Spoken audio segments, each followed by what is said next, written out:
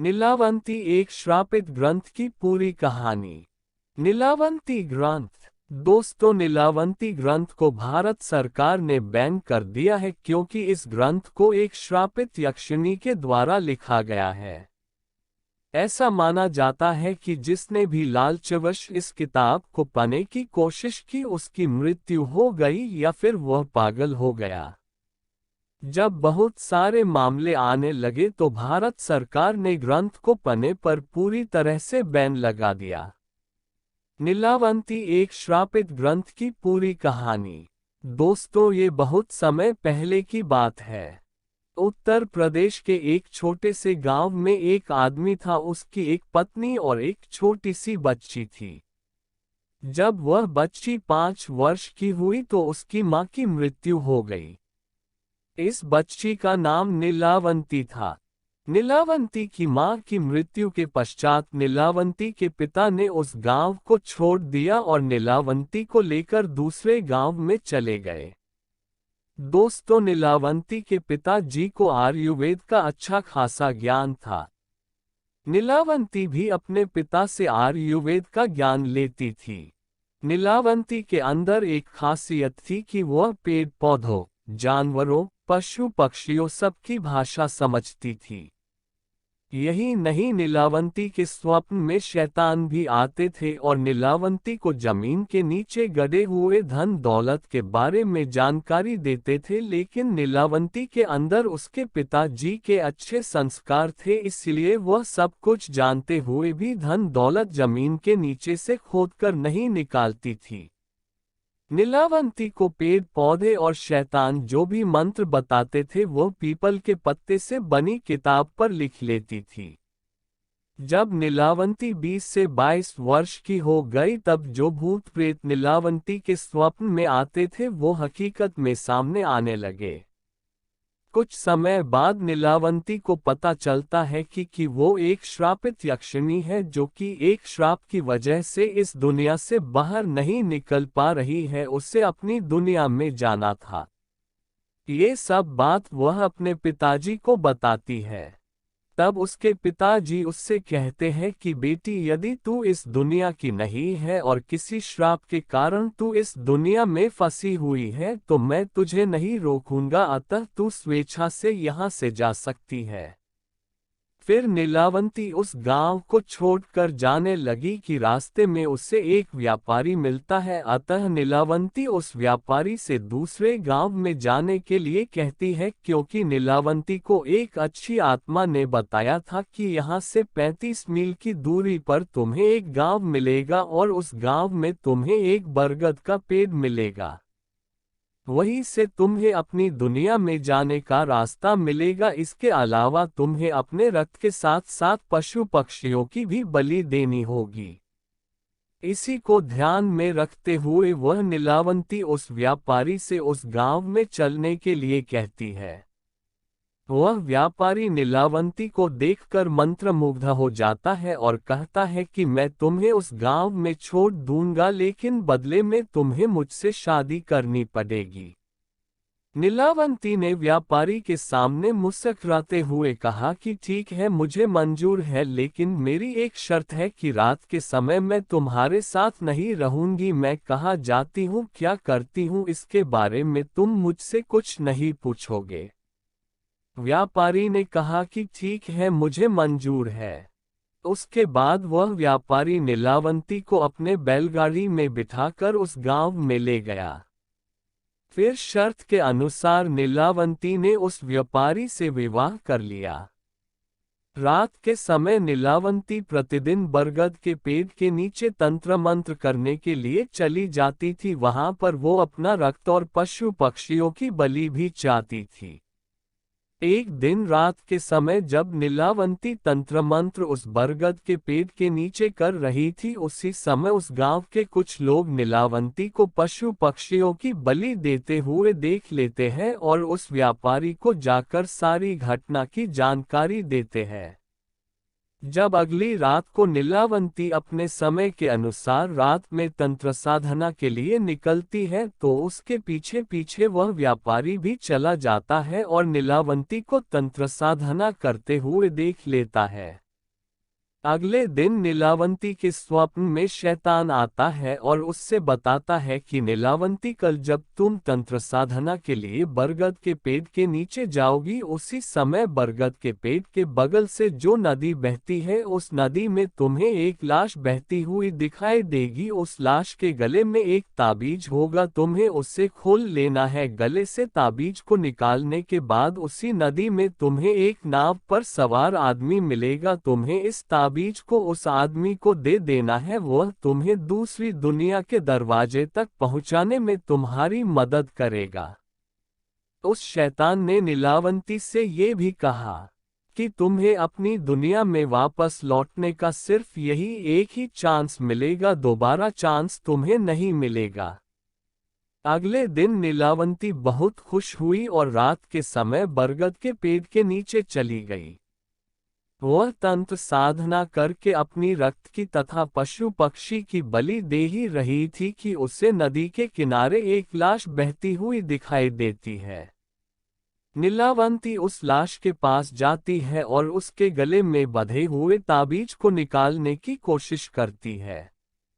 उसी समय वहां पर वह व्यापारी भी आ गया जो अपने असली शैतानी रूप में आ गया था।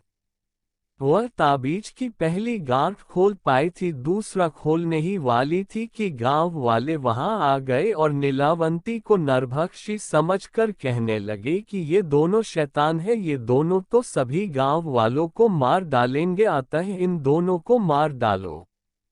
सभी गांव वालों ने अपने अपने हथियार लेकर दोनों को दौड़ा लिया। नीलावंती तो बच गई, लेकिन गांव वालों ने उस राक्षस को मार गिराया।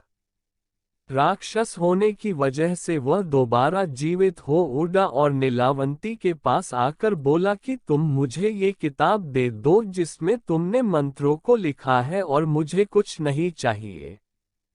तब नीलावंती ने सोचा कि यदि यह किताब इस शैतान को मिल गया तो ये दुनिया के लिए अनर्थ साबित हो सकता है। अतः नीलावंती ने उस किताब को श्रापित करते हुए कहा कि जिसने लालच में आकर इस किताब को पूरा पढ़ लिया उसकी तुरंत मृत्यु हो जाएगी, और जिसने इस किताब को आधा पका बीच में ही छोड़ दिया वह पागल हो जाएगा।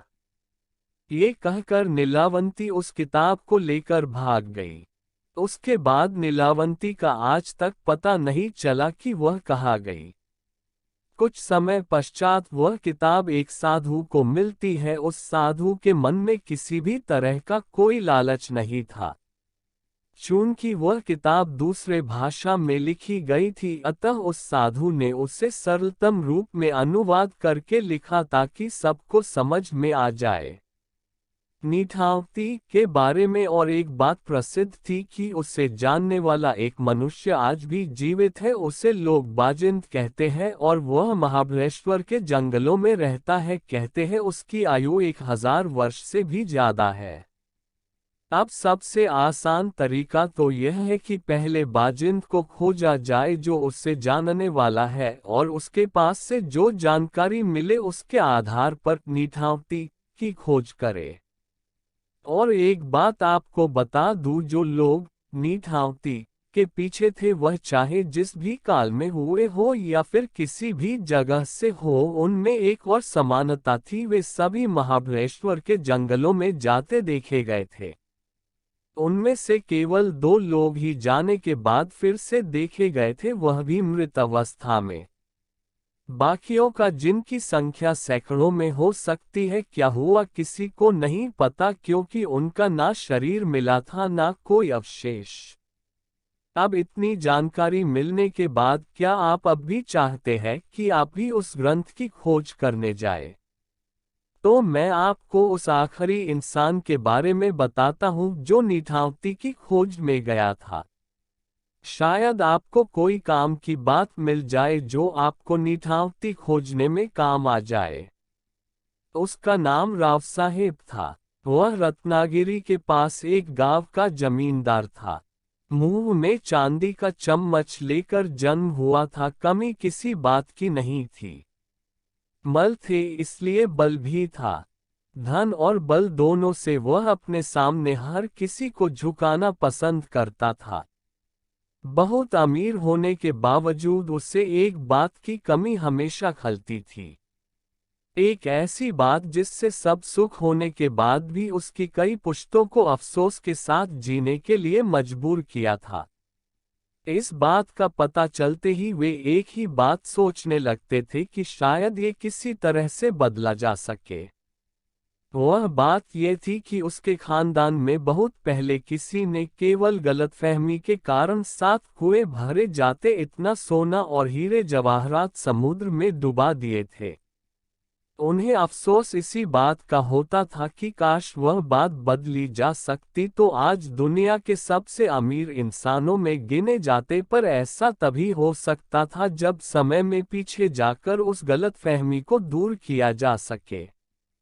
राव साहेब को पहले यह बात पता नहीं थी कि समय में पीछे जाया जा सकता है, क्योंकि बुद्धिमान मनुष्य इस तरह की बात सोच भी नहीं सकता जो असंभव हो।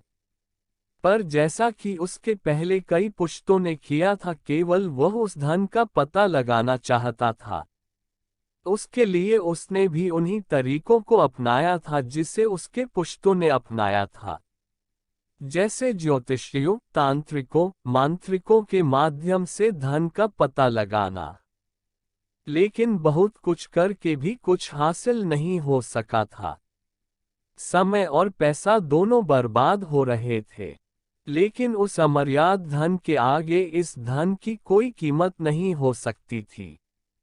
और ऐसे में ही एक दिन रत्नागिरी में एक अद्भुत मांत्रिक आया। लोग कहते थे कि उसने पिशाच वश किया हुआ है, जो उसका हर एक हुक्म मानता था।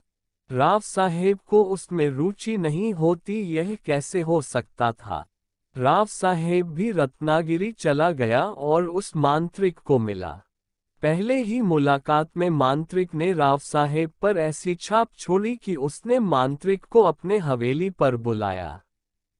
मांत्रिक आने के लिए कबूल हो गया। 2 दिन बाद ही मांत्रिक राव साहेब की हवेली पर था। उसकी अच्छी मेहमान नवाजी की गई।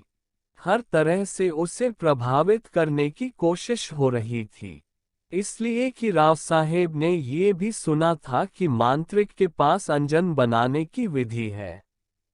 प्राचीन काल से ही लोगों में यह बात प्रचलित है कि किसी तरह का रासायनिक काजल, जिसे अंजन कहते हैं, वह आंखों पर लगाने से जमीन के नीचे दबा हुआ खजाना दिख जाता है।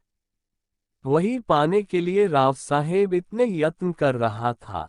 1 हफ्ता निकल गया पर मांत्रिक ने कुछ नहीं कहा। वह तो अच्छे भोजन और मुलायम गेंदों का आनंद ले रहा था। राव साहेब के सब्र का बांध टूटने लगा था, लेकिन फिर भी अगर मांत्रिक को बुरा लगा तो कहीं ये मुझे शाप ना दे दे, इसलिए उसने चुप बैठना ही ठीक समझा। राव साहेब का ये धैर्य व्यर्थ नहीं गया। दूसरे दिन मांत्रिक और राव साहेब एक कमरे में अकेले बैठे थे। तब मांत्रिक ने राव साहेब से पूछा कि उसे उससे क्या चाहिए। तब राव साहेब ने अपनी इच्छा और उस खानदानी खजाने के बारे में मांत्रिक को बताया। मांत्रिक की आंखें चमक उठी। उसने जिंदगी में कभी इतने खजाने के बारे में नहीं सुना था, लेकिन उसने अपने चेहरे को निर्विकार रखा, उससे जाहिर नहीं होने दिया कि उसे भी खजाने की लालसा है। उसने राव साहेब को अपना इतिहास बताना शुरू किया कि कैसे वह मांत्रिक बना। उसने जो बताया वह ये था, मैं भी पहले एक सीधा साधा किसान था। मेरा नाम बाबू था। मेरी शादी हो चुकी थी, लेकिन माँ बाप में से कोई भी तब जीवित नहीं था। मेरे पास कुछ बीघा जमीन थी, उससे ही अपना गुजारा करता था। एक शाम मैं खेत से लौट रहा था तो मुझे अपने दोस्त, जो आग जलाकर उसके पास बैठकर गप्पे लड़ा रहे थे, वे दिख गए। उन्होंने भी मुझे देखा और आवाज लगाई, कहा कि मैं भी थोड़ी देर उनके साथ बैठूं, काम तो रोज का लगा ही रहेगा। मुझे भी यह बात ठीक लगी कि आदमी को थोड़ा समय खुद के लिए भी निकालना चाहिए। घर में बीवी राह देख रही होगी, यह बात तो मेरे दिमाग में थी, लेकिन फिर मैंने सोचा कि एक आध दिन थोड़ी देर हो गई तो क्या हो जाएगा, कोई बहाना बना लेंगे। गप्पे लड़ाते लड़ाते समय का ध्यान ही नहीं रहा, बहुत देर हो गई। मैं गांव के बाहर रहता था। मैंने अपने दोस्तों से इजाजत मांगी और अपने रास्ते लग गया। मुझे खेत जाने के लिए पूरा गांव पार करना पड़ता, क्योंकि मेरे घर और खेत के बीच में गांव था। और एक बात थी, मुझे डर बहुत लगता था और मेरे घर जाने के रास्ते में श्मशान भूमि थी। मैं घर इसलिए जल्दी जाता था कि रात को शमशान के पास से गुजरना ना पड़े, लेकिन उस दिन मुझे बहुत देर हो गई थी। मैंने जैसे तैसे अपने मन को तैयार किया, क्योंकि आगे श्मशान भूमि यानी भूतों का इलाका शुरू होने वाला था। मुझ जैसे डरपोक इंसान के लिए यह बात बहुत गंभीर थी। मैं तेजी से अपने कदम बढ़ाने लगा। मुझे बस अपने घर पहुंचना था। अब शमशान भूमि शुरू हो गई थी। मैं मन में राम नाम जपने लगा। अचानक से अंधेरा बहुत घना हो गया। मेरा डर अब चरम सीमा तक पहुंच गया। मुझे अब इतना ज्यादा डर लग रहा था कि अब इसी डर की वजह से मेरी मौत न हो जाए, इस बात की चिंता होने लगी थी। शमशान के सन्नाटे को उल्लुओं की आवाज भंग कर रही थी, जिससे माहौल और डरावना हो गया। तभी अचानक से किसी के चीखने की आवाज आई। डर की एक तेज लहर मेरे सीने से दौड़ गई। मैं जगह पर ही खड़ा रहा। दूर कहीं कुछ चमक रहा था। लगता था किसी की चिता जल रही थी। अब मेरी हालत इतनी गंभीर हो गई कि मेरे सीने में तेज दर्द होने लगा। मेरी सांस तेजी से चलने लगी और धड़कनें सामान्य से दुगनी हो गई। मुझे फिर से वैसी ही चीख सुनाई दी, कम से कम मुझे तो ऐसा ही लगा, लेकिन वह चीख नहीं थी, वह तांत्रिक उसे पुकार रहा था। मैं सोच में पड़ गया कि क्या करना चाहिए, क्या मुझे तांत्रिक के पास जाना चाहिए या अपनी जान बचाकर भागना चाहिए। आगे की कहानी पार्ट 2 देखने के लिए हमारे चैनल को सब्सक्राइब जरूर करें और वीडियो को लाइक शेयर करना ना भूलें।